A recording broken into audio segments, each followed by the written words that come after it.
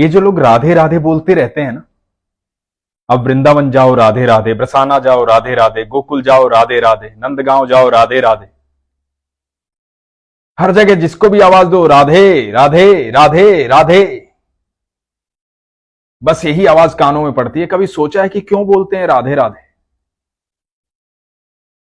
क्यों लोग बार बार कहते हैं राधे राधे? श्री कृष्ण के भी भक्त होंगे तो बोलेंगे राधे राधे। कभी जानने की कोशिश की है? तो ये प्रसंग सुनिए और जानिए कि क्यों कहते हैं राधे राधे। हरे कृष्ण दोस्तों, मैं हूं अनुज शर्मा। एक बार 3 साधु थे, 2 जवान थे, एक वृद्ध हो गए थे। जमुना किनारे बैठे थे, ठाकुर जी के अनन्य भक्त। पूरी जिंदगी सिर्फ कृष्ण कृष्ण कृष्ण कृष्ण कृष्ण कृष्ण कहते हुए निकल गई थी वृद्ध साधु की। बाकी 2 साधु जवान थे, उनके शिष्य थे, लेकिन तीनों ही अनन्य भक्त थे। एक दिन मन में विचार आया कि सब राधे राधे कहते हैं, हम कभी राधा रानी के महल नहीं गए, बरसाना नहीं गए। बरसाना चलते हैं, जो भिक्षा में मिल जाता था उसी से जीवन यापन करते थे। सच्चे भक्त थे, किसी ने दे दिया तो खा लिया, किसी ने नहीं दिया तो कोई बात नहीं। अब बरसाना जाने की बात थी तो वृद्ध साधु ने कहा, हमने सुना है कि वो राधा रानी का महल है ना, ऊंचाई पर है, बहुत सीढ़ियां चढ़नी पड़ती हैं। मेरे अंदर इतनी हिम्मत नहीं है कि इतनी सीढ़ियां चढ़कर ऊपर जाऊं। मैं तो यहीं से राधा रानी की मानसिक पूजा कर लूंगा, लेकिन तुम लोग जाकर जरूर आओ, तुम राधा रानी से मिलकर आओ। दोनों ने निर्णय लिया कि बरसाना जा रहे हैं, भिक्षा नहीं मांगेंगे। भिक्षा इसलिए नहीं मांगेंगे क्योंकि वो तो राधा रानी का घर है, वहां तो राधा रानी का महल है, और हम तो ठाकुर जी के भक्त हैं। तो दोनों साधु बरसाना की तरफ चल पड़े। चलते चलते बहुत देर हो गई, भूख भी लगी थी।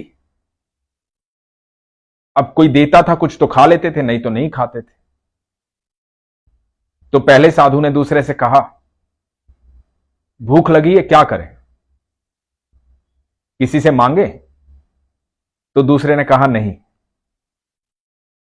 अरे हम ठाकुर जी के यहां से आए हैं, राधा रानी के मेहमान हैं, राधा रानी खुद इंतजाम करेगी, हम क्यों मांगे किसी से, हम तो मेहमान हैं ना।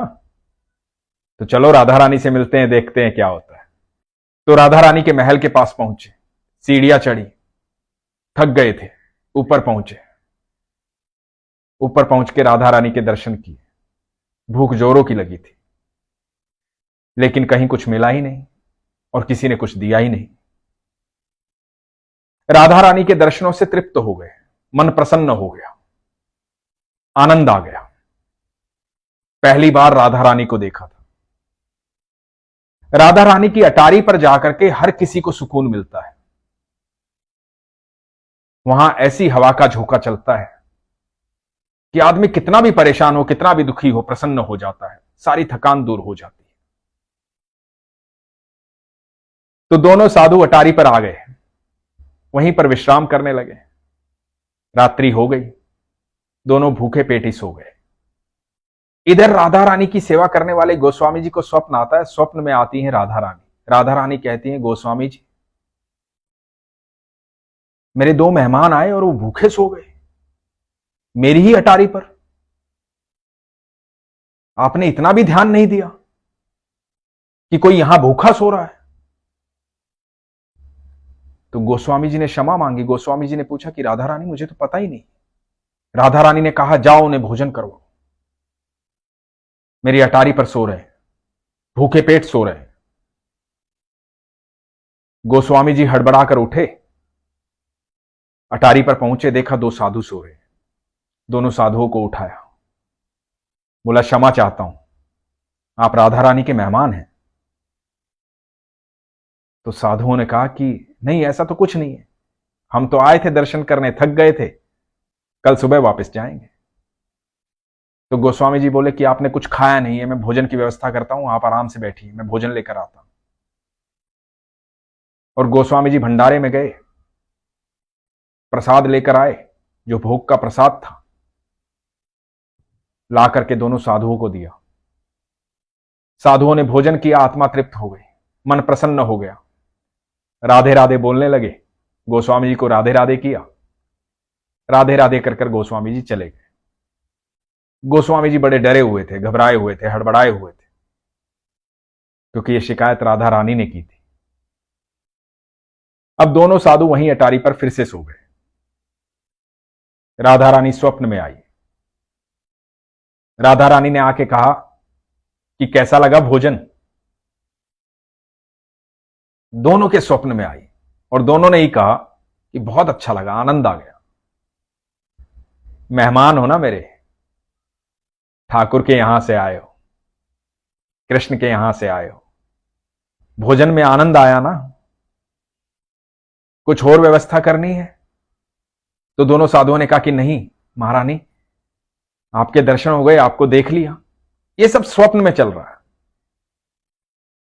तो राधा रानी ने कहा कि गोस्वामी जी भूल गए, भोजन के पश्चात पान नहीं दिया आपको, मेरे भोग में पान जो चढ़ा था उस पान का बीड़ा आपको नहीं दिया, ये पान भी ले लो, पान ग्रहण करो, आप मेरे मेहमान हो। दोनों ने स्वप्न में पान लिया, राधा रानी को प्रणाम किया और राधा रानी स्वप्न में अंतर ध्यान हो गई। यह सुबह 4 बजे की बात है। दोनों की एक साथ निंद्रा खुली। दोनों ने एक दूसरे की तरफ देखा, दोनों के मुख से निकला, राधा रानी आई थी स्वप्न में, पान दिया और दोनों ने देखा कि जहां वो सो रहे थे वहीं पर पान रखे हुए थे। वो पान जो राधा रानी ने स्वप्न में दिए थे। पान ग्रहण किया, जोर से राधे राधे चिल्लाए, उसके बाद कभी लौटकर वहां से नहीं आए, बस राधा के होकर रह गए। ऐसी महिमा है मेरी राधा रानी की, ऐसी मेहमान नवाजी की। उन्होंने तो मजाक में कहा था कि हम राधा रानी के मेहमान हैं, कृष्ण के यहां से जा रहे हैं,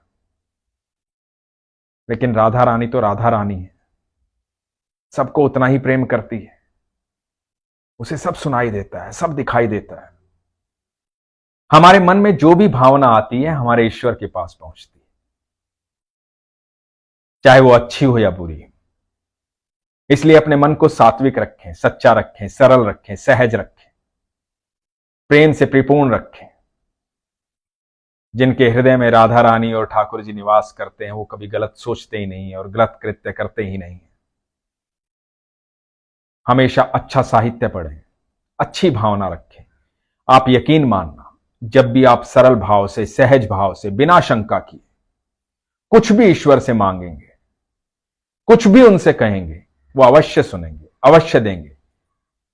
कोई भी समस्या आपके लिए बड़ी हो सकती है, लेकिन ईश्वर के लिए कोई भी समस्या बड़ी नहीं है। उनके लिए वो पल भर का काम है, लेकिन आपका विश्वास होना चाहिए, शंका नहीं होनी चाहिए। और यकीन मानना, जो लोग ये कहते हैं ना कि मेरा कुछ हो नहीं रहा है, वो हमेशा शंका करते हैं। जो लोग ये कहते हैं ना मैं बहुत दुखी हूं, वो शंका करते हैं। जिन्हें विश्वास होता है उन्हें हमेशा ये लगता है कि मेरा ईश्वर मेरे साथ है, मैं दुखी हो भी कैसे सकता हूं। तो इसलिए कभी भी ये शब्द अपने मुंह से मत निकालिए कि मैं दुखी हूं। विश्वास रखिए, सब कुछ बेहतर होगा, सब कुछ अच्छा होगा। ईश्वर आपकी बात सुनते हैं, आपके साथ रहते हैं। इसलिए हमेशा अपने विश्वास को मजबूत रखिए, अपना ख्याल रखिए। हरे कृष्ण।